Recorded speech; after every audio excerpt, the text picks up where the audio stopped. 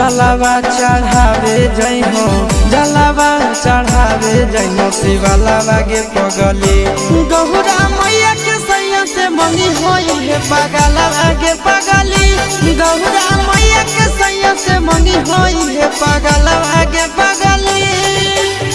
जलावा चढ़ावे जई हो, जलावा चढ़ावे जई हो शिवलावा गे पगली।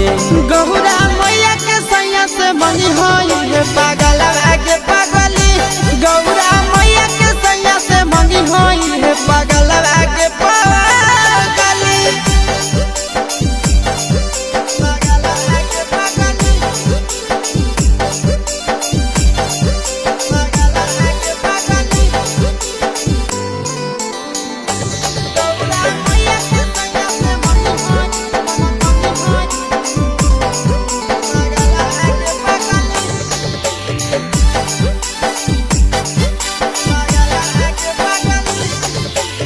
सावन में कदी है भोले बाबा के ढायानावा। सातो जन्म हमरे के मानी है सजनावा। सावन में कदी है भोले बाबा के ढायानावा। सातो जन्म हमरे के मानी है सजनावा। पूजी हो चरनिया, पूजी हो चरनिया मतवालावा के पगली। गौरा मैया के सैया से मंगी है पगलावा के पगली। गौरा मैया के सैया से मंगी है पगलावा के पगली।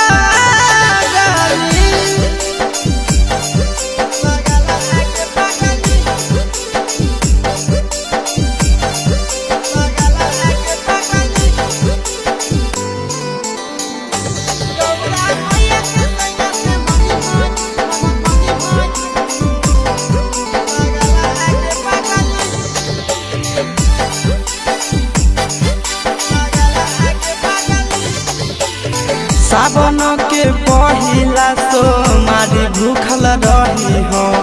दिलावा के बतिया भोले बाबा जी से कही हो। सावन के पहिला सोमारी भूखल रही हो। दिलावा के बतिया भोले बाबा जी से कही हो। बतिया चिंटू के बतिया तू रखी हो खाया लावा गे पगली।